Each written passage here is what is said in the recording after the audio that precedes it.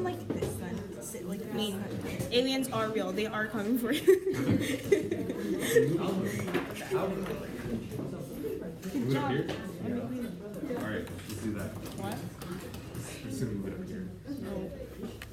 I'm just talking. Yes.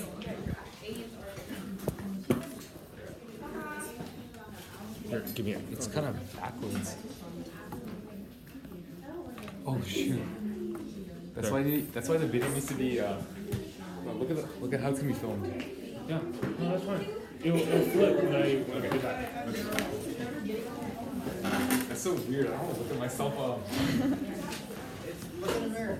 Alright, yeah, sure. You look a little Alright guys. Shh. Phones away, Only well, we have like 45 minutes here. Like half the class, that's it. So phones away, guys. How'd you guys find the quiz? Pretty easy, right? It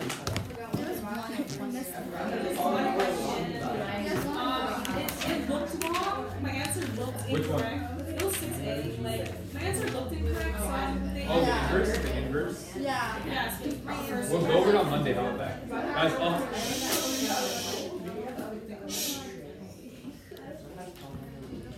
Too bad. Shh.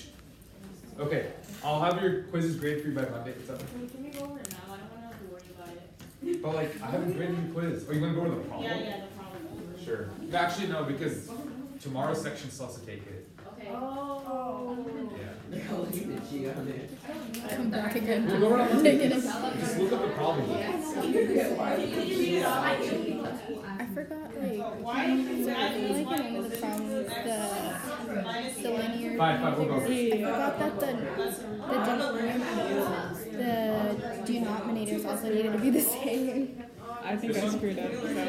I knew the This will take like 2 minutes, guys. but Okay. like, the denominators be the same. Hey.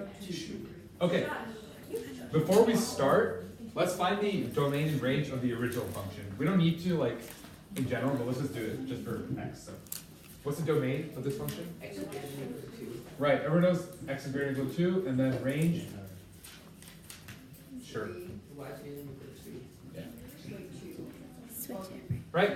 Because 2, 3 is the vertex. This is the question you guys want to go over, right? 6A. Yeah, it's the same as the graph, right? Okay. So the way we find the inverse is we say x equals 2 root. You're only supposed to find the domain and range of the inverse. No, I know. I just found it just to show you guys something. So, sorry for going through it quickly, guys.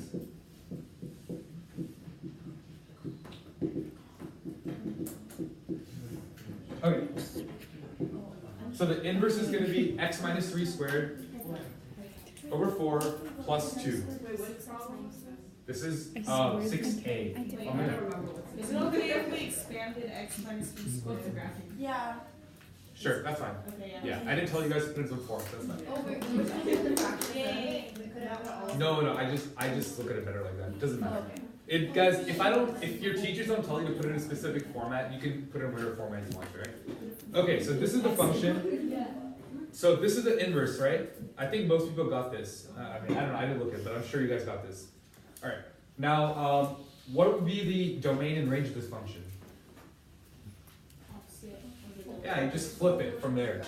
So the domain is going to be x is greater than or equal to 3, because remember the range of the original function becomes the domain of the inverse, and then this domain becomes the range of this, right?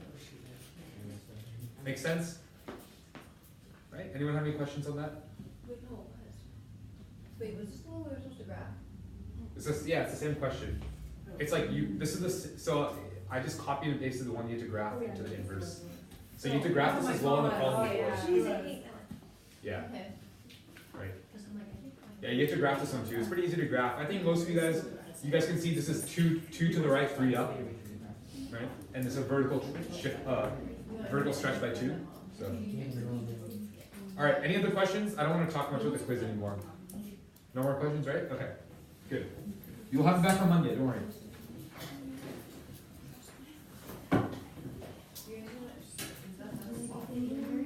Okay, guys. So today we're gonna talk about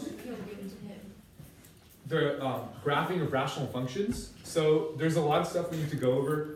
We're basically going to review what we talked about on Tuesday because I don't know if you guys remember much about it. So we're going to do that, and then we're going to learn like how to graph in general rational functions. So yeah, to answer your question, I don't even know, what's your name? Dora, right? Dora? Okay.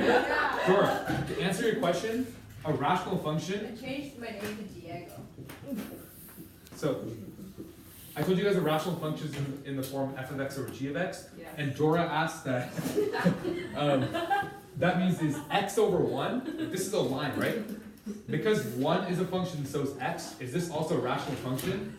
So the answer is no. You're not even listening, right? Okay.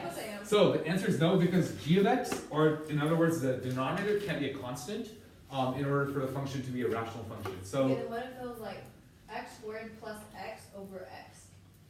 that's a rational function. I meant x over x. That you have to simplify it as much as possible. So it'd be 1. Yeah, just 1. That's not a rational function. But it's also x over x. X over x is equal to 1. Mm-hmm. Yeah, so this is not simplified yet. Simplify it first and then see what happens. Plus, Okay. Alright, so that just clears up the definition. So I'm going to quickly go over, I showed you guys how to graph this guy. Remember 1 over x? One sec, guys. Me. I'll do it later. Whatever. 1 over x. Okay. So remember I told you guys that at 1 over x, there's going to be a horizontal asymptote at y equals 0. And there's a vertical asymptote at x equals 0. And the reason why, I'm gonna re-explain all this. So a horizontal asymptote, the way we find that is we test out when x is either really, really big or really, really small, right?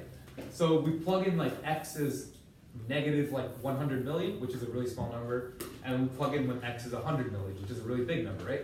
And we see what happens to f of x, or y. So if you plug in like a negative 100 million for x, we'll have, what, 1 over negative 100 million? And we can approximate that to about 0, right? That's about 0. Because this is 1 divided by, if you plug this in on your calculator, you're going to get like negative 0.000001 with, in this case, 6 to 8 zeros, right? Because there's 8 zeros here, so negative 0.001. And that's approximately 0, it's safe to say that. So we know that as you keep getting x smaller and smaller, so if you get like negative 1 trillion, negative 100 trillion, etc., as you keep approaching negative infinity, we're going to keep getting closer and closer to 0. So that's why there's a horizontal asymptote at y equals 0, because as x gets closer and closer to negative infinity, so as x comes this way towards negative infinity, we're just getting closer and closer to y equals 0, right? And we know that when x is negative, y is also negative. So we know the graph has to be in this quadrant. The graph is going to look like that. We know also, we know that x is undefined at 0 because x can't equal to 0, right? It's in the denominator. So like I told you guys, whenever the denominator is undefined, we have a vertical asymptote. There's some exceptions. We'll talk more about that today, but in general, when it's undefined, there's going to be a vertical asymptote. So what happens is we got to test, as x gets really, really close to 0, what happens to y? And we're going to be approaching 0 from the negative side, right? So we have to plug in like negative 0.0001 or something like that. Something that's close to 0, but it's also negative. So negative like 0.001. So if you plug in like negative, something like that. You have a calculator, right? Okay, fine. I'll use my phone for this. I got it. Of course, I got it. So if you plug in this, what's that? Isn't it like negative 1 million? It was already. Huh? Sure.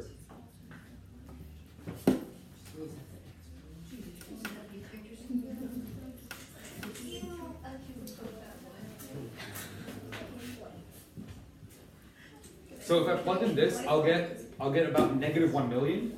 So you guys see that this is going to be a really, really, really big negative number, right? If you keep adding zeros on here, you're going to get bigger and bigger negative numbers, which means that as x gets closer and closer to 0 from the negative side, so if x approaches 0 from here, y approaches negative infinity, right? And that's why we have a vertical asymptote there. Right? So that's what our graph looks like from here. And I didn't show you guys how to find these points over here, but you can just plug in like -2, -1, etc., and you'll get all these points. And a similar thing happens on the positive side of the x-axis. So the first thing we'll test is when x is really big, like say x is 100 million, what happens to y?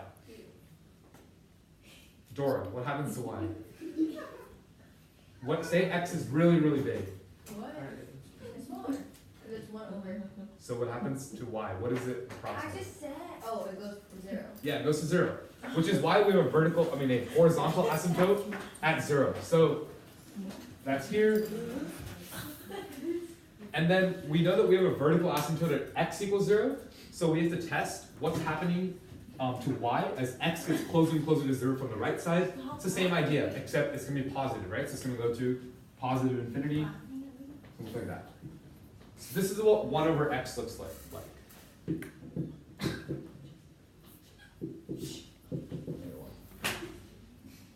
All right, did that make sense to you guys? Yeah. Okay, and I showed you guys briefly on Tuesday or Wednesday.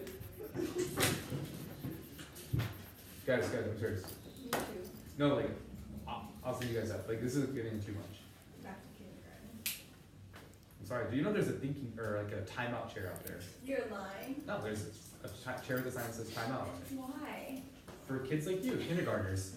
So, if you had x minus 1 in the denominator, what would happen to the function? Someone other than Anj. It's a transformation, right? What kind of transformation is this? Clyde, do you know what kind of transformation? Yeah, 1 unit to the right, right? It's x minus c, so it's x minus 1. So that means that what's going to happen to the horizontal asymptote if this is the horizontal asymptote? It's gonna say it's 0.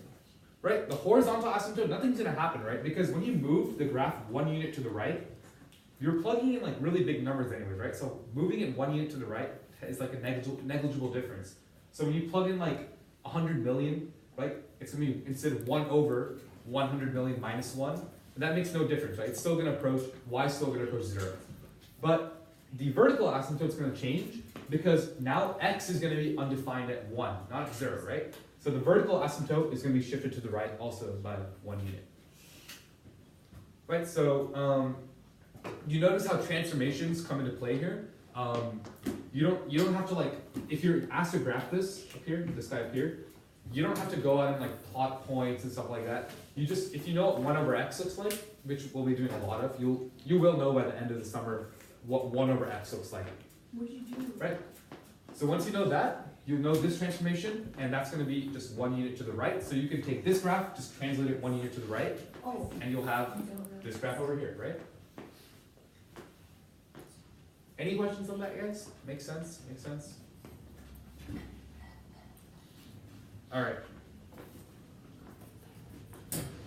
Who still needs it? Anyone still need this?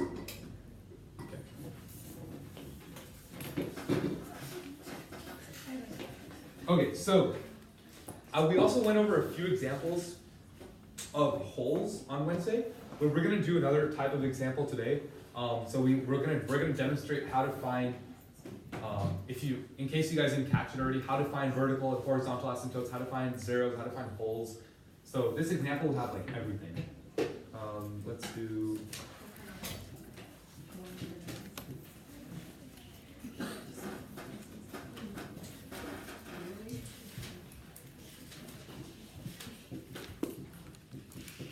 Alright, everyone can see this? X squared minus 4 over x squared plus 5x plus 6. I'll do that later actually. Okay. So, whenever we have something like this to graph, the first thing I would do is, you should do this anyways, is try to simplify this as much as possible. So the first thing we're going to do is factor both the numerator and the denominator. So the numerator, can someone tell me what that can be factored into? Someone other than Ansh? Yeah. X plus 2 multiplied by x minus 2. Good. And then Jinhee, what's the denominator going to be? Oh, x plus 5 times x plus 1. Not x No, plus. X plus.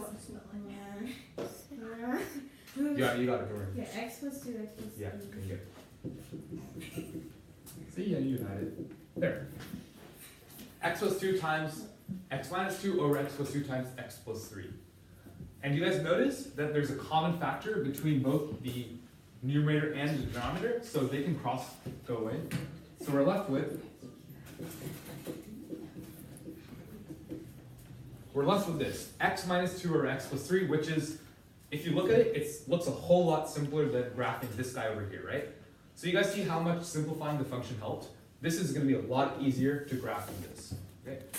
Now there's one kind of thing we missed here, is that when we crossed out x plus 2, remember that the original function tells us all the restrictions, right? The original function has to like give us the domain and range. When we simplify it, that's not going to tell us like the actual domain and range, right? We have to go back to the original function and look at that. So the original function had x plus 2 in the denominator, and that got crossed out, right? So we have to say that x plus 2 cannot equal to 0, or therefore x cannot equal to negative 2. Because remember, the original function didn't allow x to be equal to negative 2. Does that make sense, everyone? Right? You guys all understand why we have to put this restriction here? Okay? So our simplified function is going to be x minus 2 over x plus 3, where x is not equal to negative 2. Okay? Now, before we go ahead and, any questions by the way until here? Any questions? Okay, before we go ahead and graph, we're gonna like identify all the asymptotes and everything, so I'll go through how to find all of that with you guys. So, this is vertical asymptote, VA. Where is our vertical asymptote or asymptotes? Where are they gonna be?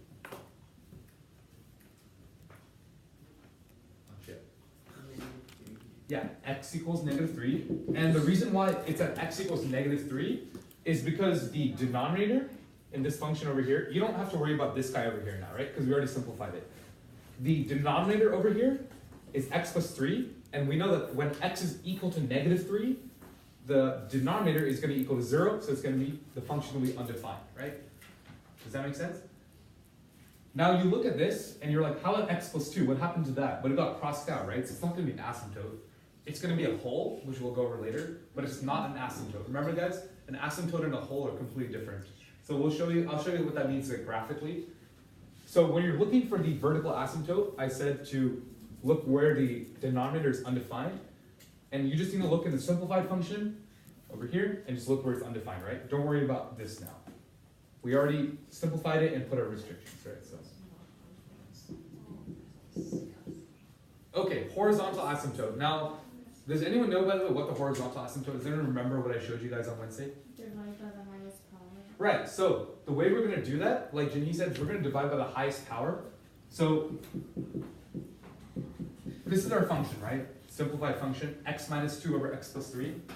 And like Jinhee said, we're just going to divide every single term here by the highest power of x in this expression, right? What's the highest power of x? Can someone tell me that? Someone from the back table? Yeah, the highest exponent is 1. In other words, x to the power 1, which is just x. So that means we're going to divide every term in here by x. So it's going to be x over x minus 2 over x by x over x plus 3 over x. All right, I just divided every term by x. And then we're going to be left with 1 minus 2 over x over 1 plus 3 over x. Everyone sees how that got simplified, right? 1 minus 2 over x over 1 plus 3 over x. Now, a horizontal asymptote, remember what I told you guys just earlier today? That the way we find it is we look at what happens when x gets really big or really small, right? So what happens if x gets really big or really small? Just plug in values into here. Just plug in values of x and see what happens. Just try it out, see what happens.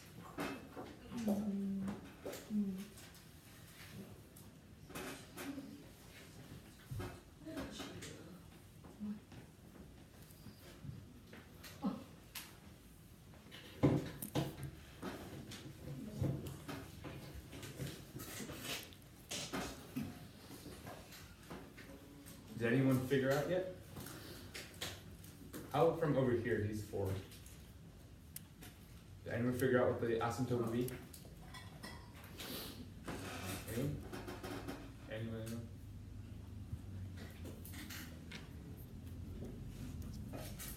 On to them. Again, you guys all see what I did here, right? I just divided everything by x. Now all you have to do is plug in really, really big numbers or really small numbers, it doesn't matter, into x. So say like plug in 100 million or something, right?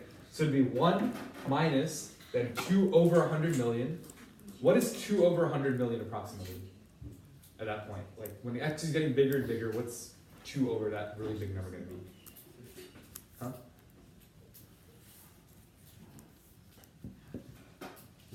Oh, no, really small, really small. 2 over, just keep adding zeros, whatever. Really small.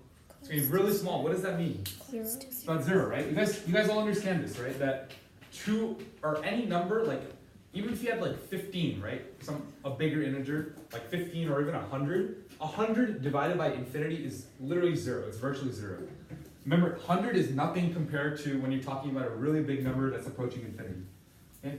So, so we know this here is going to go to 0. And 1 plus, and how about 3 over x? Zero. Same idea, right? 3 is 0. So we're left with 1 over 1, right? Because this is 0 and so is this. We're left with 1 over 1, which is equal to 1, right? So our asymptote is going to be 1, or y equals 1. Does everyone understand how we did that? The most important step here is not actually dividing by x or whatever. The most important step is understanding why 2 over x goes to 0 when x is big and why 3 over x is about 0 when x is really big or really small. So everyone understands that completely, right? Yes? Yes? 2 over a really big number is about 0 and 3 over a really big number is also 0? Okay. Not equal to 0, it's about 0, right? Okay, so y equals 1 is our horizontal asymptote. And then our x-intercepts, or our zeros, it doesn't matter, where would that be?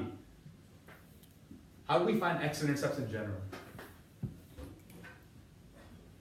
Y is 0. Right, we set the whole function equal to 0. So we're going to set our simplified function to equal to 0, so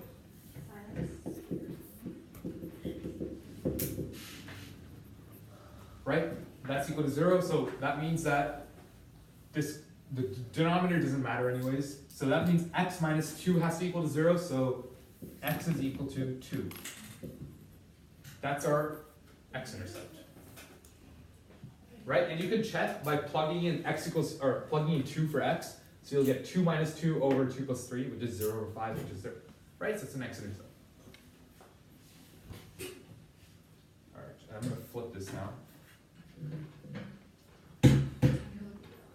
So remember we had, actually I'm going to keep it on the side.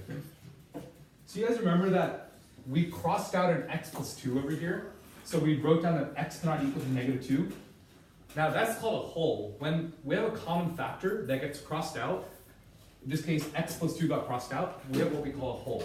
And the hole is going to exist, again, wherever there's a common factor between the numerator and denominator. Yeah. So the hole is going to be at x equals negative 2.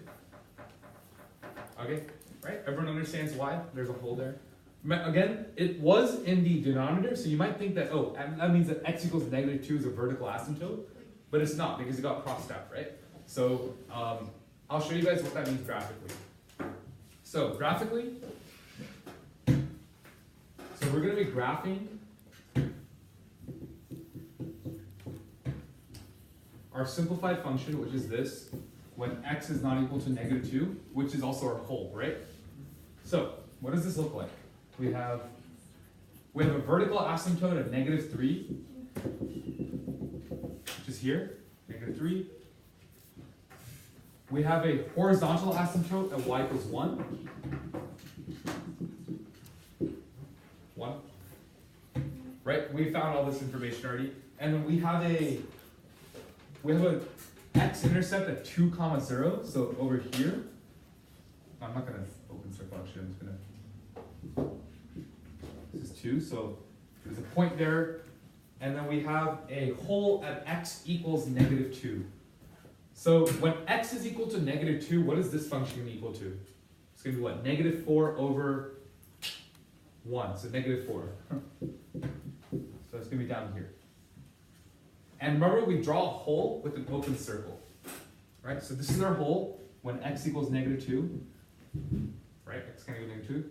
So this is not part of the function, right? The function is going to pass, like, it's not going to pass through it. It's like not really continuous there. The function kind of jumps over it. So we draw a hole there.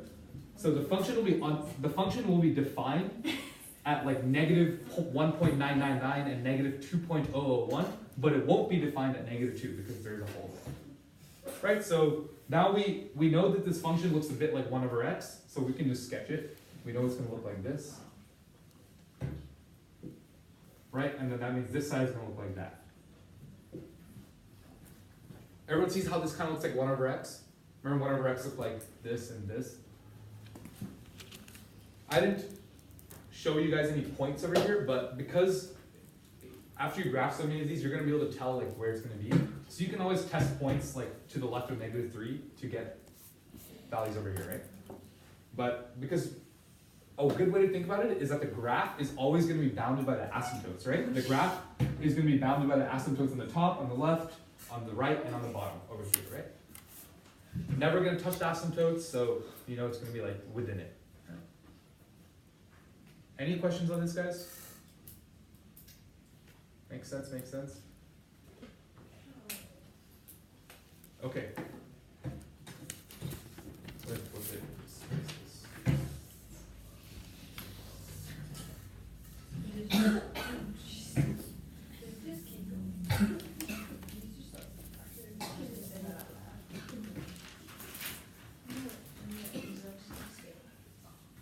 So you guys know that that trick I showed you guys, right?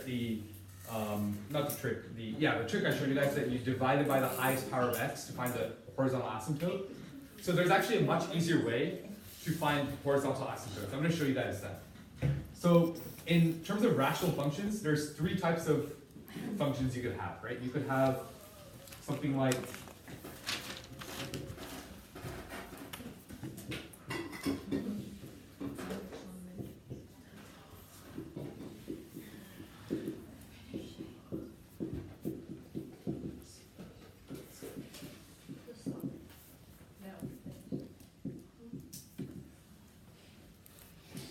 okay.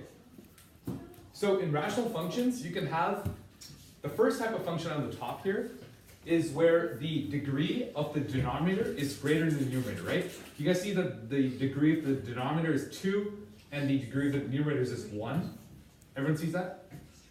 So that's one case. The second case is where they're equal. They're both 2 in this case, x squared and x squared. And then here the degree of the numerator is actually greater than the denominator, right? It's 3 and this is 2.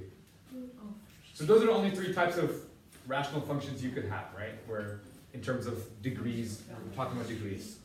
So there's a very easy way to find horizontal asymptotes if you can compare. What are you doing, man? Is that cheese? No. Okay, I'm gonna stop, guys. Like, stop blabbering so much. You're the one who said it was cheese. Yeah, but you're like shaking it. Just be quiet, come on. There's 10 more minutes, how's that? 10 more minutes. So, these are the 3 types of situations we could have. So let's say that our functions, the degree of the denominator was greater than the numerator, right? So like just like the top function, here it's 2, it's 1 in the numerator, so this is greater than that. The horizontal asymptote here, the way we're going to find it is exactly like what Jin He had said, right? We're going to divide everything by the highest power. What's the highest power here? X squared. So we're going to divide everything by x squared.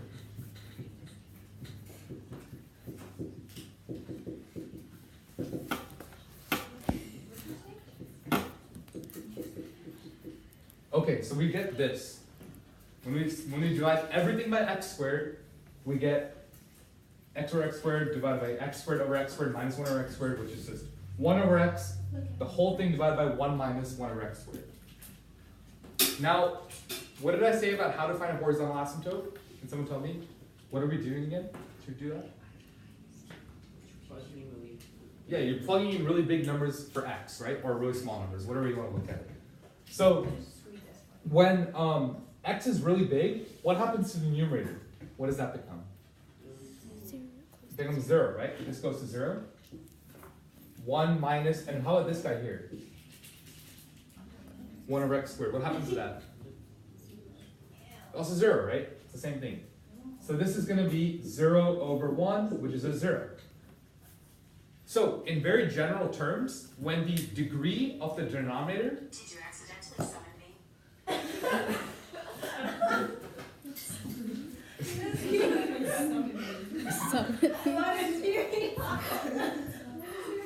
So, when the degree of the denominator is greater than the guys, come on.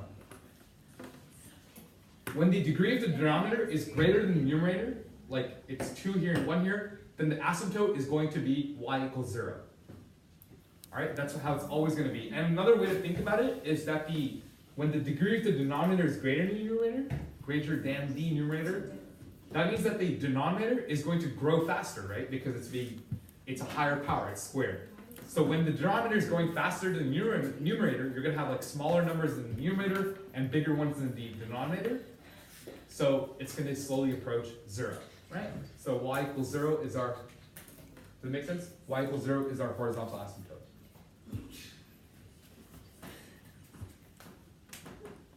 Okay, any questions on that one, guys? Any questions? Okay, now here, same thing, we're going to divide everything by, what, x squared?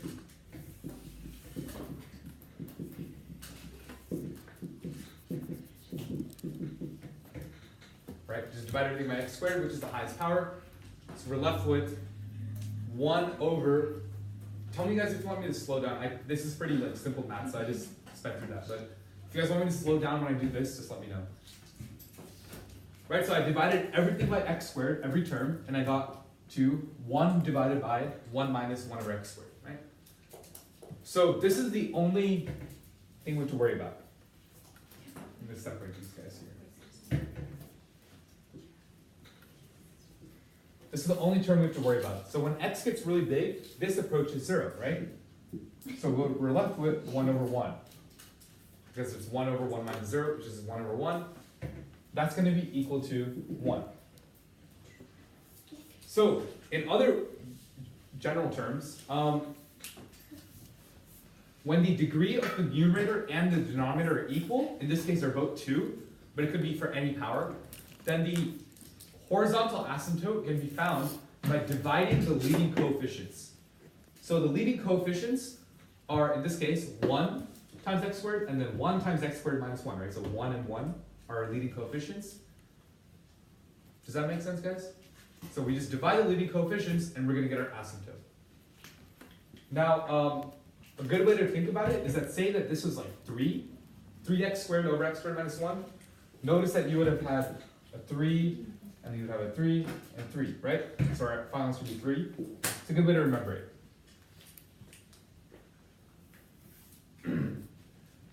Also, to make sure you guys aren't confused about leading coefficients, if your function was like this, if the denominator read like 1 minus x squared, remember that the way you arrange the polynomial in standard form is that the highest degree has to go first, right? Highest power has to go first. So you have to rearrange this so it reads as negative x squared plus 1, right? And then you take the leading coefficient. You don't take the leading coefficient of whatever is the first term. You always have to rearrange it so that the highest power goes first, right? So the highest power was negative, or it was x squared, so you rearrange it to go, that goes first, and then that's going to be obviously the leading coefficient, right? Should we have +1 there? Okay. Right, so again, if the degree of the numerator and the denominator are equal, like in this case they're both 2, but it could go again for like degrees of 5 or 6 or whatever, then you're just going to divide the leading coefficients and get your horizontal asymptote, right? And we proved that over here. You can prove it for any degree, right? Just this exact way. And lastly, can anyone guess what this horizontal asymptote is going to be when the degree of the numerator is greater than the denominator? Who wants to take a guess? You don't have to have any reasoning, just like guess something. So when it's less than, it's 0. When it's equal, it's leading coefficients. When it's greater than, -1. Why do you think it's -1? You had no reasoning. I was wondering, like, Ansh, I have to ask him. 0 and Huh? 0 and Okay, I guess. No, it's not -1. So let's try it out.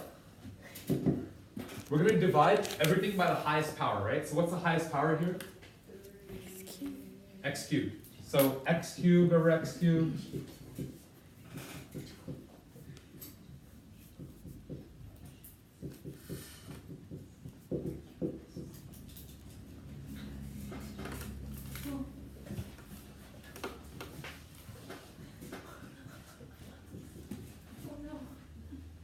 Everyone sees that?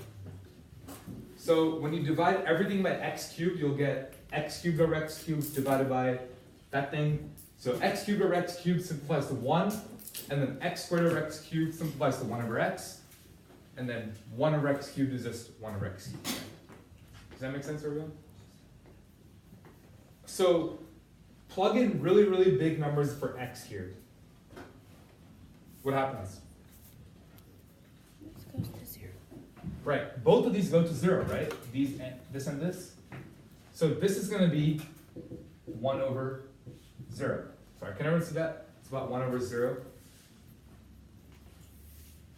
So that's going to be 1. So if you're taking 1 over 0, think about like 1 divided by 0.001 or 1 divided by negative 0.01. We don't know if it's going to be positive or negative. It's going to be positive or negative infinity, right? Everyone understands that? Remember we've talked about this for vertical asymptotes. As x approaches 0, 1 over x approaches positive or negative infinity. Right? So there actually is no horizontal asymptote because infinity or approaching infinity or negative infinity just means that the function just goes on and on, right? That doesn't mean it's approaching anything, it's approaching bigger and bigger numbers. So again, when the numerator is greater, or the degree of the numerator is greater than the degree of the denominator, there is no horizontal asymptote. No horizontal asymptote.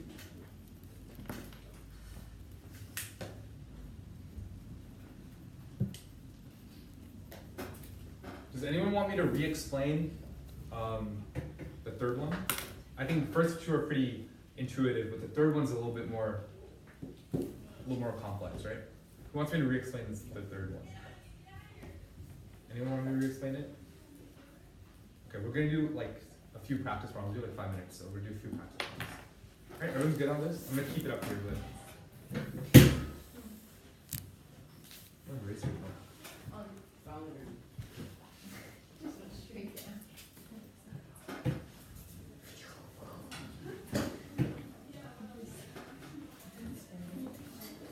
So just identify the horizontal asymptotes on all of these.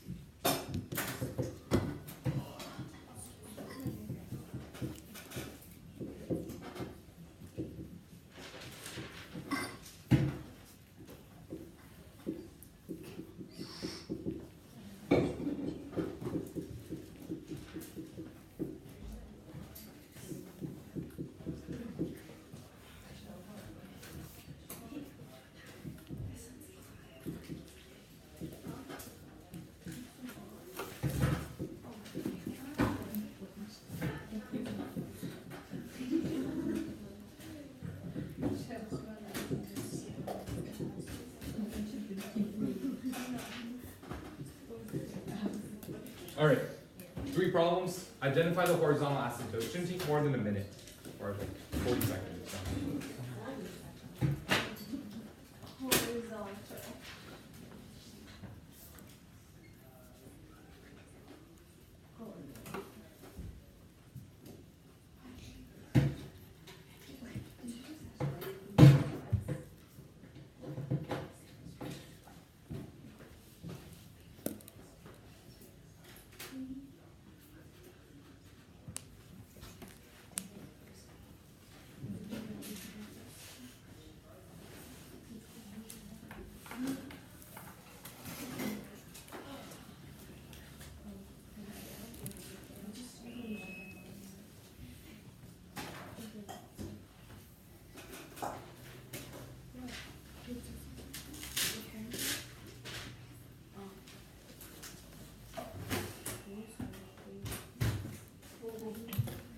Alright, everyone finishing up?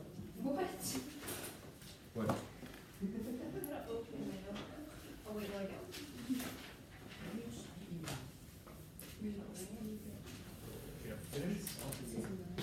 Huh? Hey, come on. Just use a trick. Or if you if you don't remember, it's fine. Just solve it. You got it. Yeah? Or almost done. Alright, we'll go over it on the board. He's finishing up. Finishing up.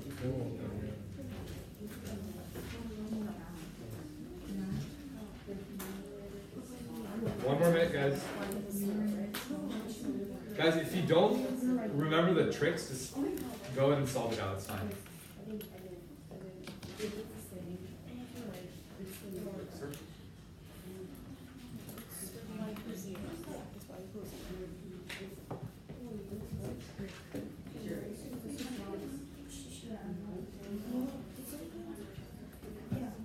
Number 2 is wrong.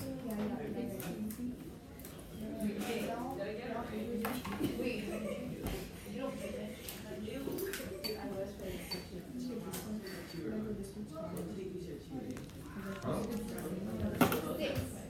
Leading coefficients. Look at leading coefficients. Oh, it's a 5.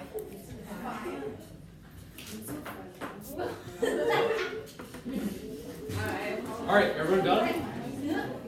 Oh. Am I supposed to put the grading or? Oh, but let me finish it. Alright, guys. Shh. Okay, so in the first one, shh. First one, what's the degree of the numerator? Someone raise your hand and tell me. The degree of the numerator. 3. What's the degree of the denominator? So what does that mean?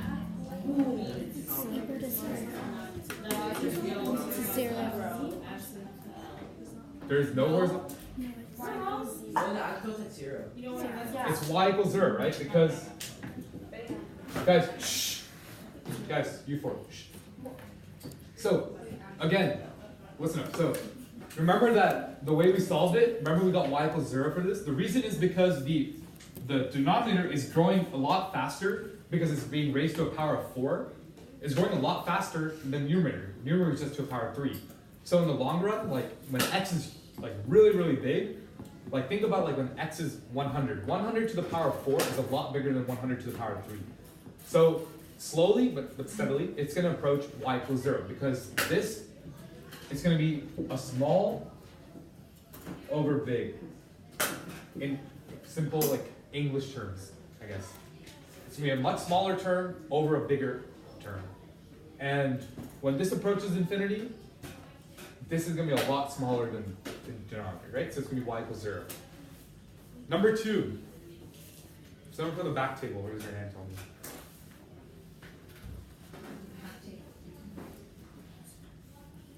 Elton, you know? Wait, that's not my name. You said that. You're Jaden. Yeah. Are you Elton? Yeah, you guys do look alike, a little bit. Sorry. Jaden, do you know the answer? Y equals 1 over 5. Yeah. Why aren't you saying the answers? Alright, so here we look at the degrees, right? Remember that the leading coefficient, you have to rearrange the terms, right? So it's gonna be 5x squared plus 4 plus, okay, I should put an x term. 5x squared plus 8, and the leading coefficients are 1 and 5, so it's 1/5, right? Number 3, raise your hand, tell me someone. What's the degree of the numerator? Denominator? 3. So what does that mean? No horizontal. Yes, no asymptote, right? Because that means that this guy up here, the numerator is going to get really, really big, while this guy is going to get big, but not as quickly, right? So it's going to be a big number over like a slightly smaller number, but that's still going to get, like, it's still going to increase rapidly, right? So no horizontal asymptote. See you guys. No homework. Enjoy the weekend.